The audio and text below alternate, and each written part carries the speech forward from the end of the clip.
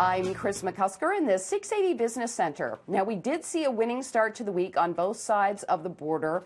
Bit of a wobbly start on Wall Street as U.S.-China trade talks got restarted. On Bay Street, another winning day, with the TSX hitting its highest intraday level in about 4 months. This after a triple-digit gain on Friday. So the TSX now looking at a gain of 11% year to date. It's actually very close to wiping out all of last year's losses. A stock of note today, shares in Bombardier higher by about 8%. The stock is up by 35% since reporting earnings last week. And there are also some noteworthy earnings still to come this week. Loblaw results come in on Thursday, and then Magna and Royal Bank report on Friday. Payless Shoes source is looking to close up shop in Canada after a similar move in the U.S.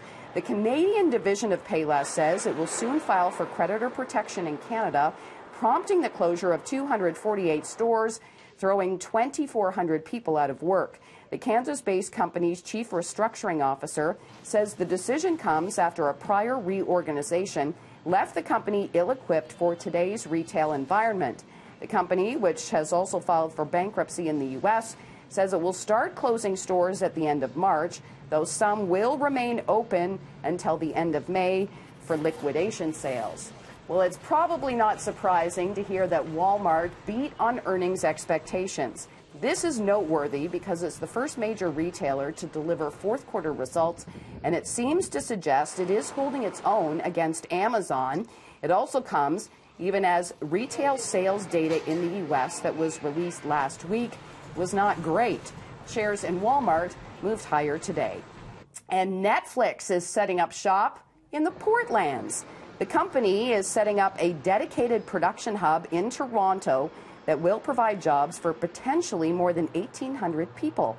The California-based streaming giant says it's leasing 2 studio spaces. It says the leases at CineSpace Studios and Pinewood Toronto Studios are multi-year, but nothing specific. CineSpace says its sound stages leased by Netflix are under construction and set to be operational this summer, while Pinewood says Netflix will move a production onto one of its sound stages in the next couple of weeks. I'm Kris McCusker in the 680 Business Center for City News.